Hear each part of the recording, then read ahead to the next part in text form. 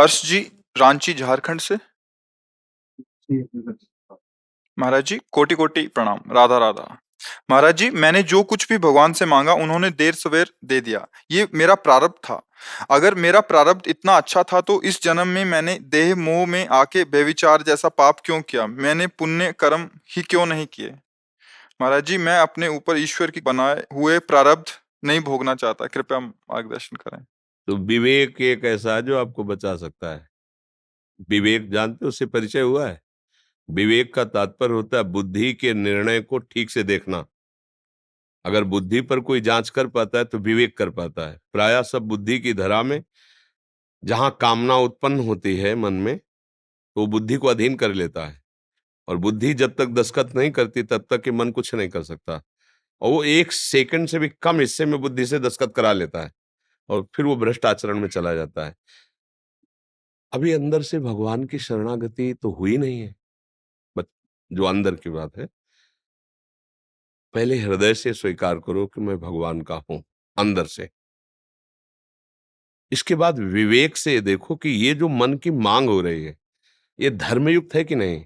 अगर नहीं, तो अपनी बुद्धि को भगवान के बल से युक्त करके ऐसा शासन करो कि वो दस्तखत न करने पावे।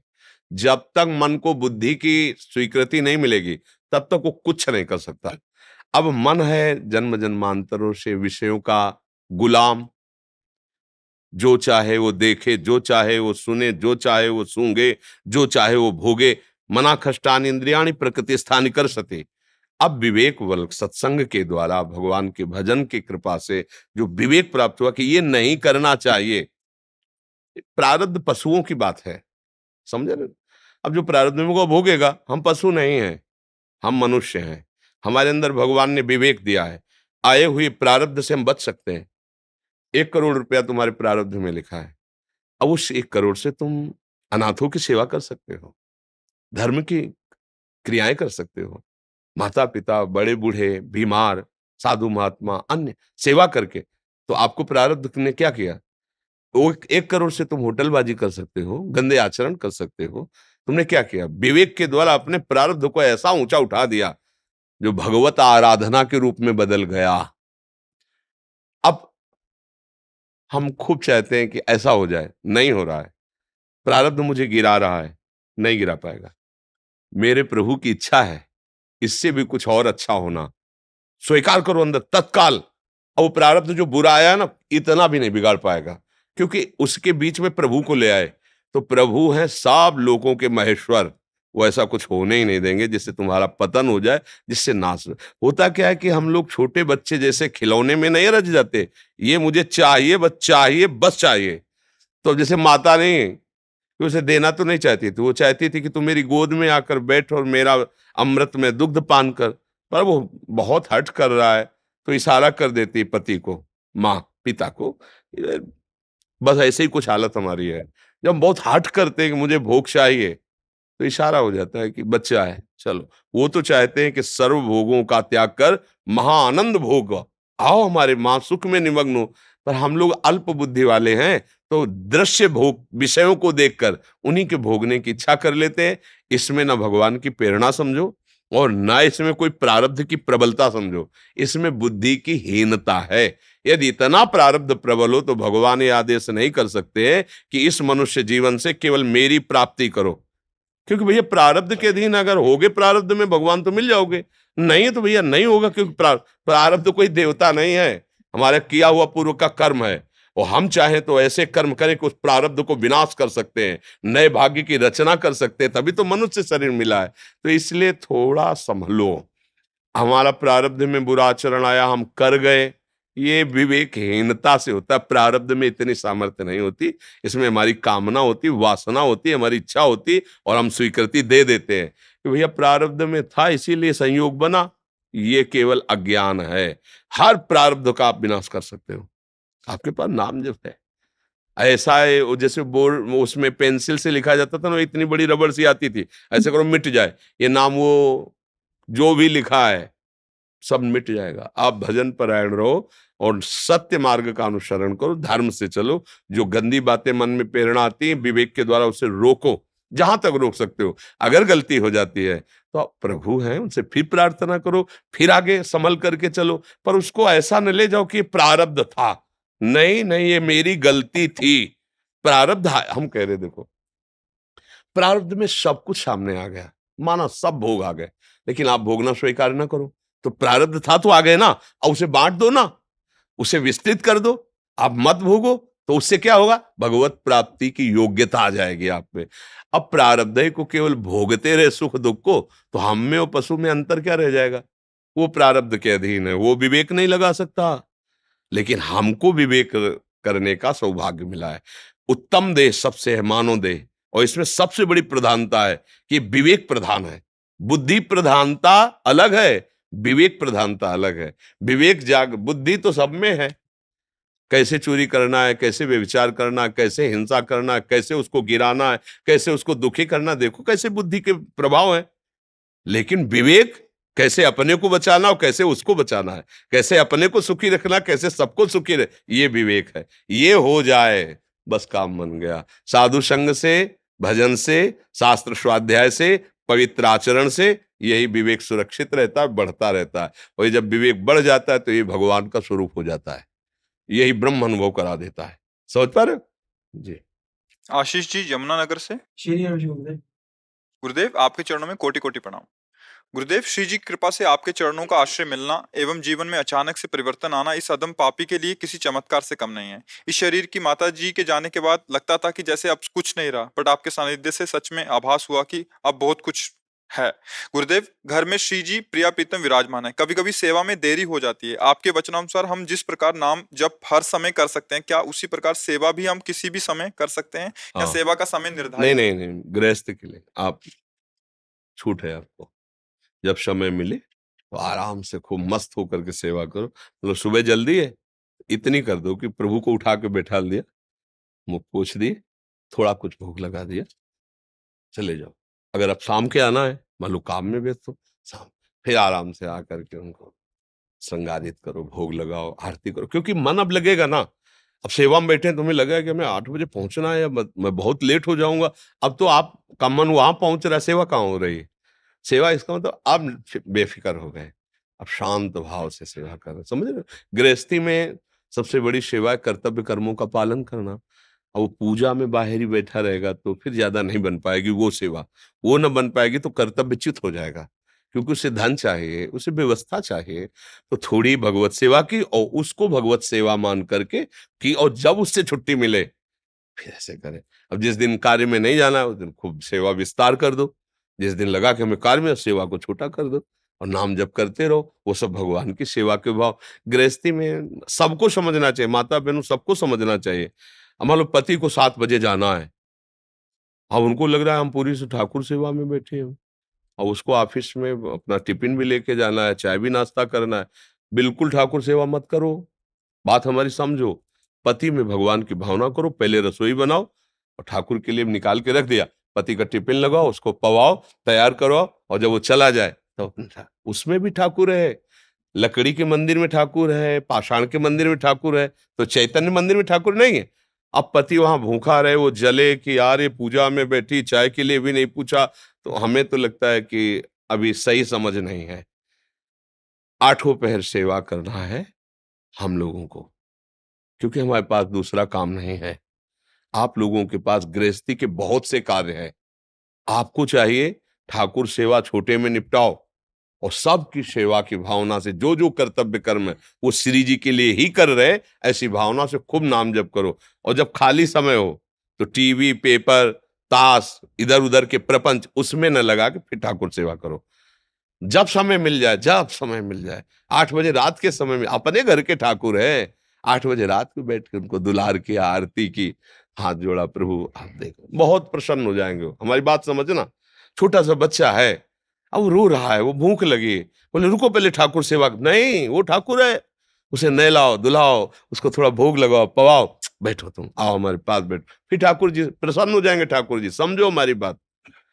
अब ठाकुर जी को केवल मूर्ति का मान लिया और सब ठाकुर जी को नहीं माना, तो मतलब पूजा अधूरी है, अभी समझ ठीक नहीं है। तो इसमें कोई समस्या तो नहीं है? अब है कोई समस्या? हाँ, बस अच्छे से चलो। सुनील परमार जी भोपाल से। गुरुदेव आपके चरणों में कोटि कोटि नमन। गुरुदेव, वास्तविक शरणागति क्या कोई परिस्थिति आने पर ही होती है या इसके बिना भी हो सकती? विवेक से भी होती है, परिस्थिति से भी होती है। जैसे आपने वास्तविक सत्संग और भजन के द्वारा अपनी बुद्धि को पवित्र कर लिया, तो फिर कोई विपत्ति की जरूरत थोड़ी है। सब विपत्ति से ही थोड़ी शरणागत होते हैं। और एक होती है विपत्ति से, भरी सभा में लात मारा रावण ने और विरोधी हो गया, कोई भी लंका में इसको आश्रय दिया तो मृत्यु दंड दिया जाएगा। तो ईश्वर ने कहा हमें लंका का आश्रय चाहिए ही नहीं, हम तो आपसे बता ही नहीं थे, हम तो केवल आपके मंगल के लिए कह रहा हूँ। वह क्या, हृदय से मैं भगवान श्री राम से प्रेम करता हूँ। आप कोई मेरी निंदा ना करे कि मैं अपने भाई का विरोध करके जा रहा हूँ, मुझे लात मारा जा रहा है, भगाया जा रहा है, तो अब मैं भगवान की शरण में जा रहा हूँ। जब देखता है जीव कि अब कोई आश्रय नहीं रह गया, तो फिर पुराने दोस्त की याद आती है। वो पुराने दोस्त प्रभु ही है, हरि ही है। पर कुछ घटनाओं से शरणागति होती है और कुछ विवेक से होती है। दोनों में एक ही बात होती है। अब जब आसपास देखा कोई सहयोगी नहीं, तब याद आ गए भगवान। जैसे गजेंद्र ने देखा कोई नहीं बचा सकता, ग्राह मार देगा, तो पुकारा श्री हरि, बचा लिया। द्रौपदी ने देखा कोई मुझे नहीं बचा सकता, सभा में निर्वस्त्र कर दी जाऊंगी, पुकारा गोविंद, गोविंद वस्त्र बन करके। एक आंतरिक शरणागति होती है, जो भारी विपत्ति में जब समझ में आता है कोई मेरा नहीं, तो हृदय से आर्त भाव से हे हरि मैं आपका हूं।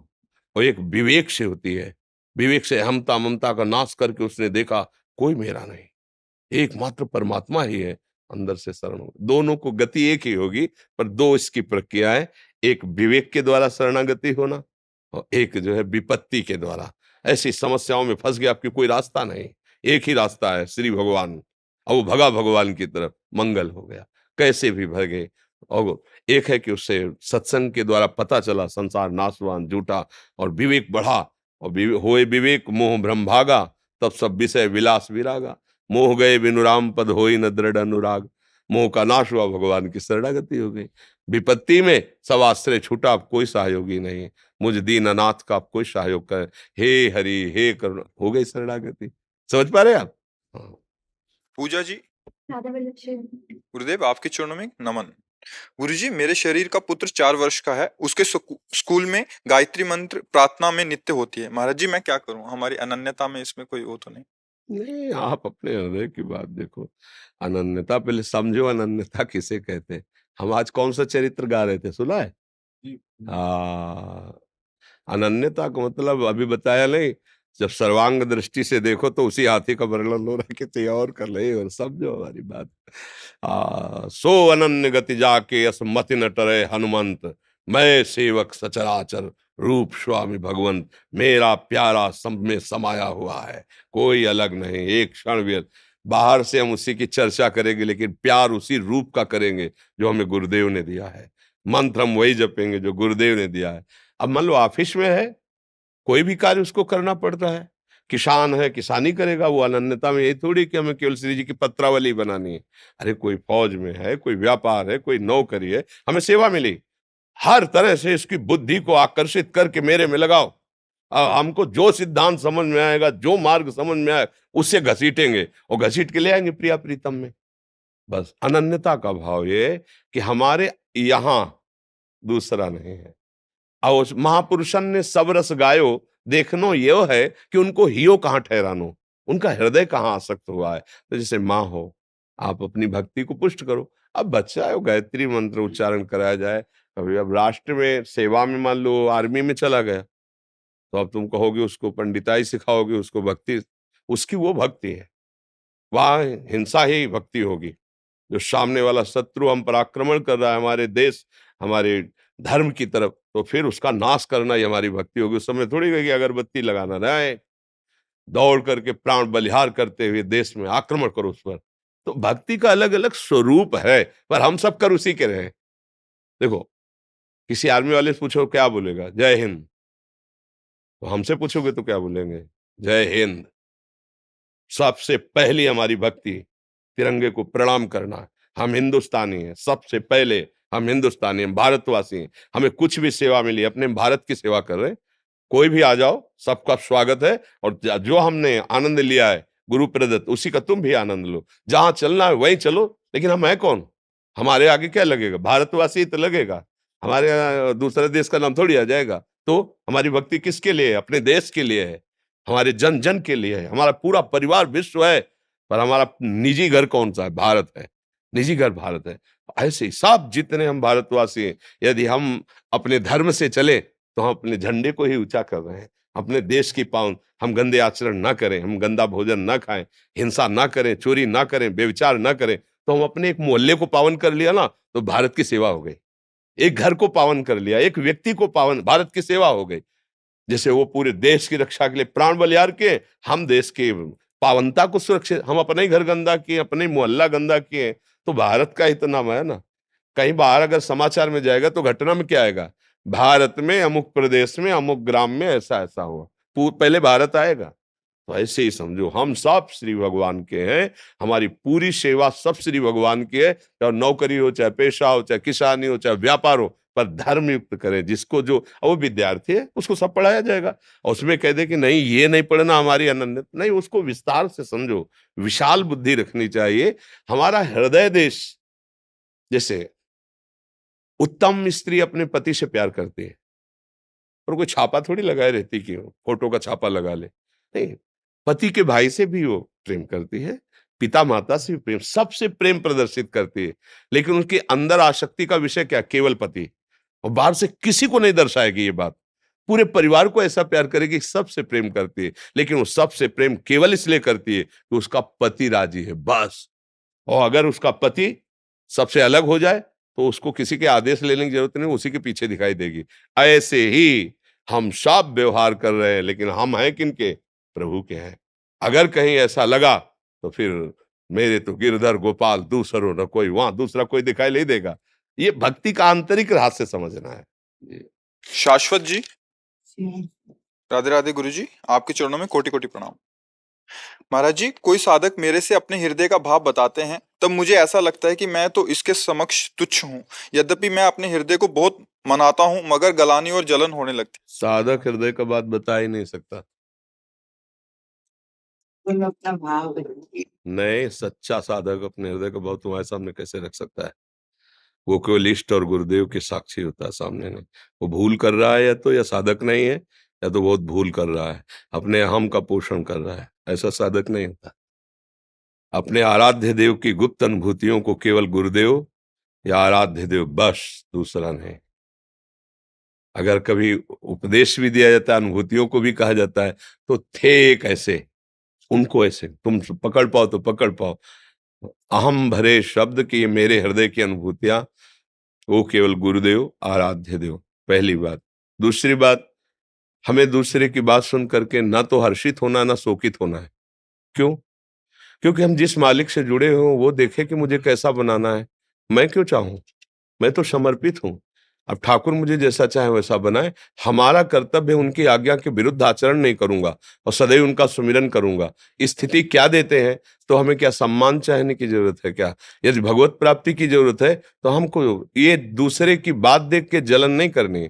हमको अपने ज्यों ज्यों राखत हो त्यों त्यों रहियत हो हरि। चतुरासी जी के पहले पद की पहली पंक्ति, जोई जोई प्यारो करे सोई मोहि भावे। मेरा परम कर्तव्य केवल यही है कि हम हर समय सुमिरन करेंगे और गलत मार्ग में कदम नहीं रखेंगे। हे हरि, वो भी आपके बल से, बस।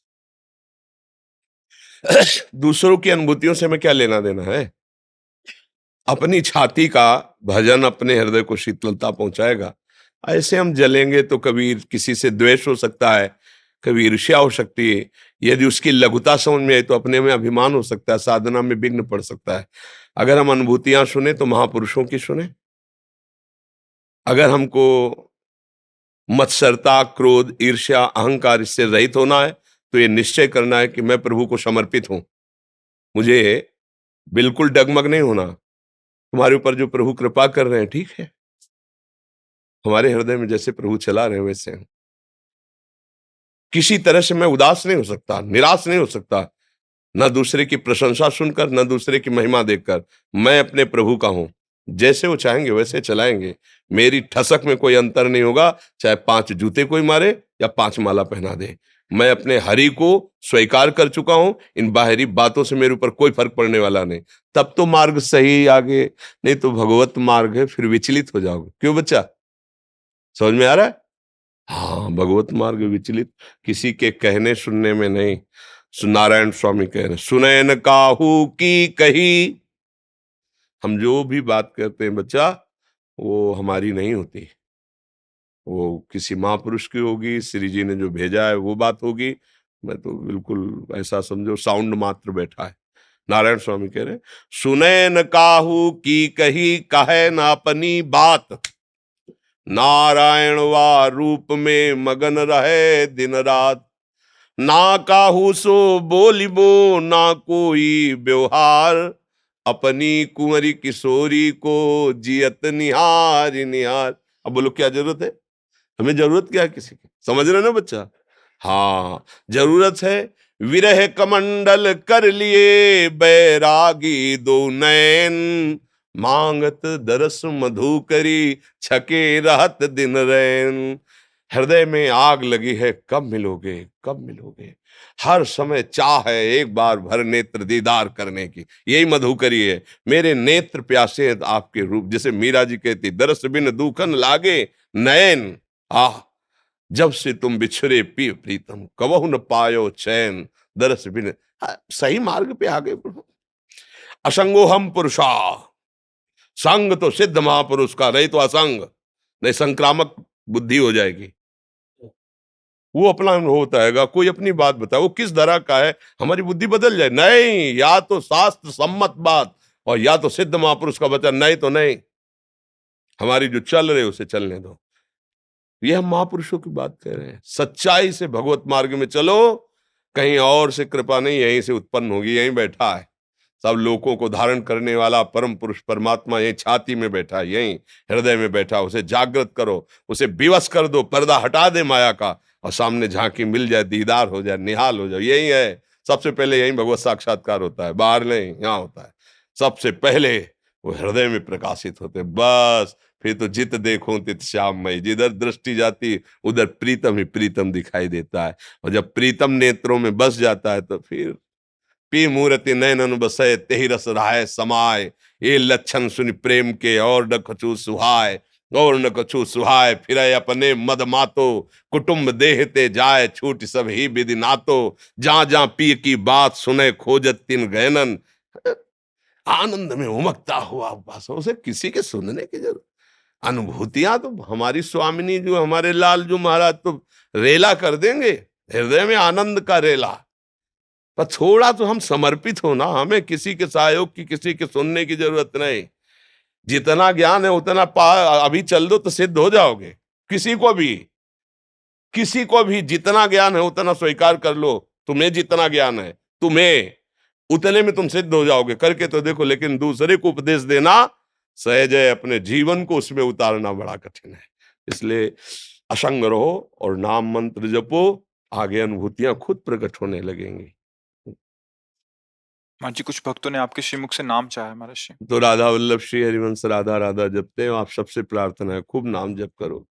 बस सब कोई गंदे आचरण से बच जाओ, सुखी हो जाओगे। गंदे आचरण की व्याख्या करने की जरूरत नहीं, सब कोई जानते हो। धोखा मत दो, अपने आप को धोखा मत दो। गंदा संबंध मत करो। गंदी आदतें तुम्हारा नाश कर देंगी, किसी से बताने की जरूरत नहीं। तुम्हारा कर्म ही तुम्हें दंड देगा, दूसरा कोई दंड नहीं देता। कि कोई नहीं जानता है, चल रहा है, बिल्कुल नहीं। तुम्हारा नाश हो जाएगा। देख, कागज में शब्द में लिख लो, नाश हो जाए। ऐसा नाश होगा, ऐसी परिस्थिति में फंसोगे कि फिर निकल नहीं पाओगे। डरो इस बात से। जो गंदी बातें हैं मत करो। तुम गृहस्थ में हो, जितना अधिकार है अपने पति से प्रेम करो, अपनी पत्नी से प्रेम करो। नहीं हो पा रहा है, नहीं कर रहे हो तो संयम से रहो। व्यभिचार करने की जरूरत नहीं, पापाचार करने। ये मनुष्य जन्म ऐसा नहीं पशु पक्षियों जहां मनावे भोगो, जैसे मनावे खेलो, जैसे मनावे खाओ। जैसे बोले हमारा जीवन स्वतंत्र नहीं हो, ईश्वर के अधीन है, माया के अधीन है। ऐसे नहीं, धज्जियां उड़ जाएंगी, देख लेना। और जब विपत्ति का समय आता है तब केवल तुम भोगते हो, दूसरा कोई साथी नहीं होता, ध्यान रखना। इसलिए आचरण पवित्र रखो, नाम जप करो, भगवान सबका मंगल करेंगे। हमारी सबसे प्रार्थना है, मान लो जब तुम्हारा मन तुम्हें गलत सिखाता है उस समय तुम उससे लड़ो। नहीं लड़ पाए तो भगवान को पुकारो, कोई ऐसा पापाचरण मत करो जो तुम्हारे इस जन्म को व्यर्थ कर दे। आप समझ लो, ऐसी गलतियां होती हैं, आगे तुम्हें चांस नहीं मिलेगा जो अभी मिला है। आप यहाँ कहाँ बैठे हो? वृंदावन में। कहाँ? साधु समागम में। इससे बड़ा कोई लाभ होता है? अब तुम्हारी दुर्गति नहीं होनी चाहिए। साधु समागम का मतलब अब तुम्हारा जीवन आनंदमय, उन्नतिमय। अब बात एक को न मानो तो फिर मतलब क्या रह गया? फिर तो भगवान हृदय में ही बैठे, तुम्हारी दुर्गति कहाँ रोक रहे हैं? इसलिए खूब नाम जप करो, जाओ सब। राधा राधा। बाबा जय गिरिराज जी की। ओहो जय हो, जय हो। बाबा गोवर्धन गिरिराज महाराज निहाल कर दिए, दर्शन दे के निहाल कर दिए। आओ अरे बाबा आपके जब तक दर्शन ना हो ना तो मन कछु ऐसा रे। आप हमारी श्राद्धा विराज बाबा बैठ जाए। गिरिराज जी की विशेष प्रसादी लाया तो स्वीकार कर लीजिए। आया हमारे तो सौभाग्य, स्वीकार क्या कर ली? सौभाग्य है हमारे। माला पहरा बाबा।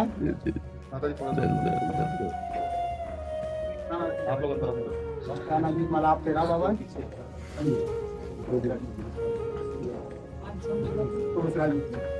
बाबा कुछ ये गंगा मैया जो मानसी गंगा है ना बाबा, जी जी जी, माटी प्रसादी है ये। अहो भाग्य, अहो भाग्य।